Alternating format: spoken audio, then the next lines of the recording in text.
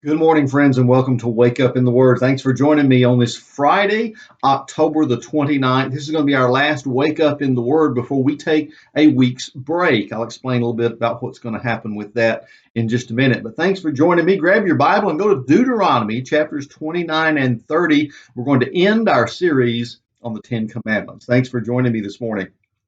We saw the commandments of God given to the Hebrew people, what an impact they've had on our society, on our very country, if you're an American. And as you live in other countries, you've had an impact as well from those 10 commandments being handed down through society. One of the things we talked about yesterday was how those commandments have been dismissed, taken down, attacked all over our society.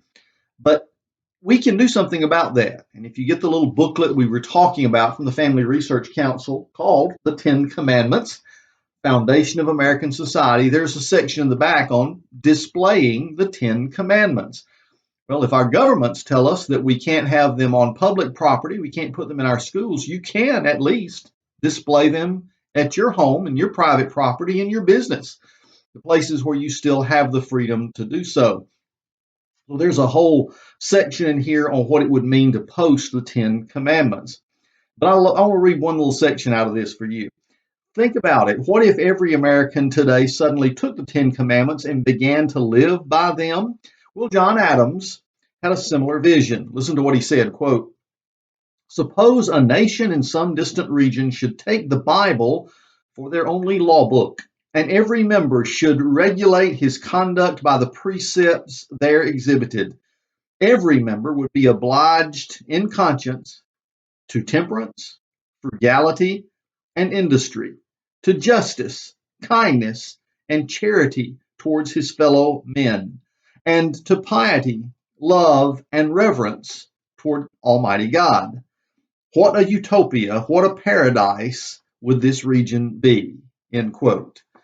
Yes, you see, John Adams saw what the impact of the Word of God would have if it was only applied in society.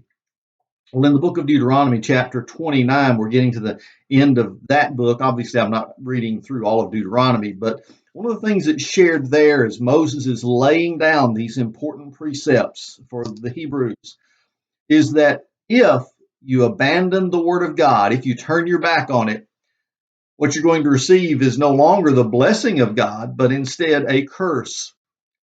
In particular, in the last paragraph of that chapter, he says in verse 22, "Future generations of your children who follow you and the foreigner who comes from a distant country will see the plagues of the land and the sicknesses the Lord has inflicted on it." This is if you reject his law and turn from it, okay?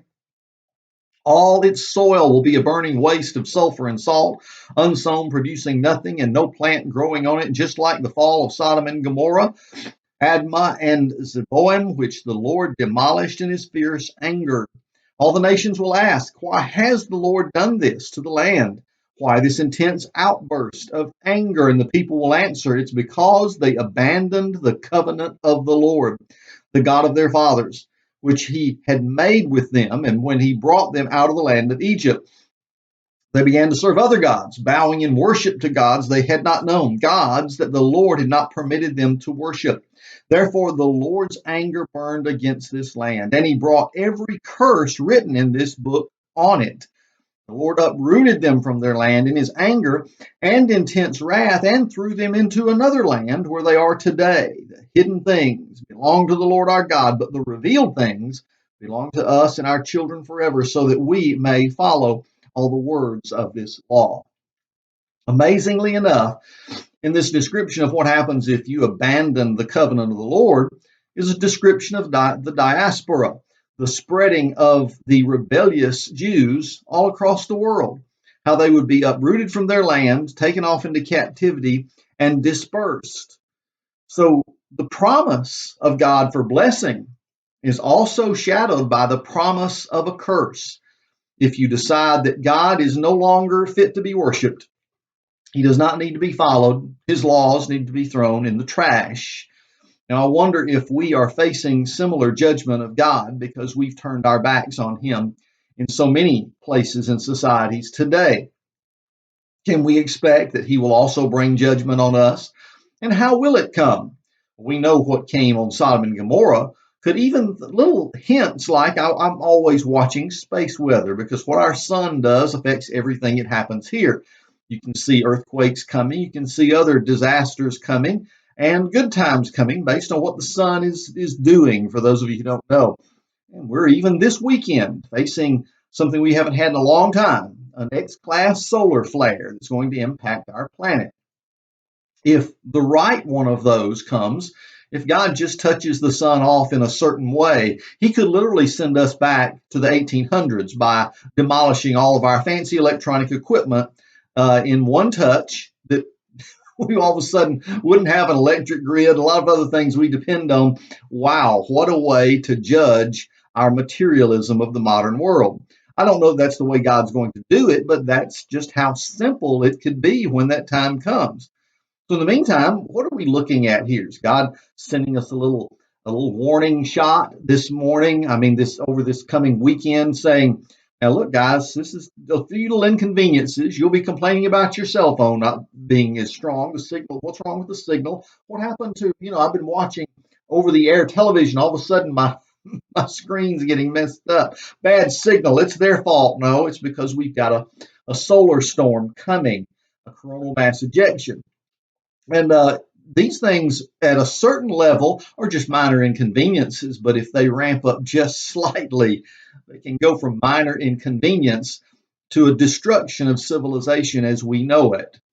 Well, I don't know what God's going to do to judge this planet or how he's going to do it. And I'm trusting that when it comes to God's wrath, we have the promise of the rapture of the church, which says we who believe in Jesus are not appointed unto wrath.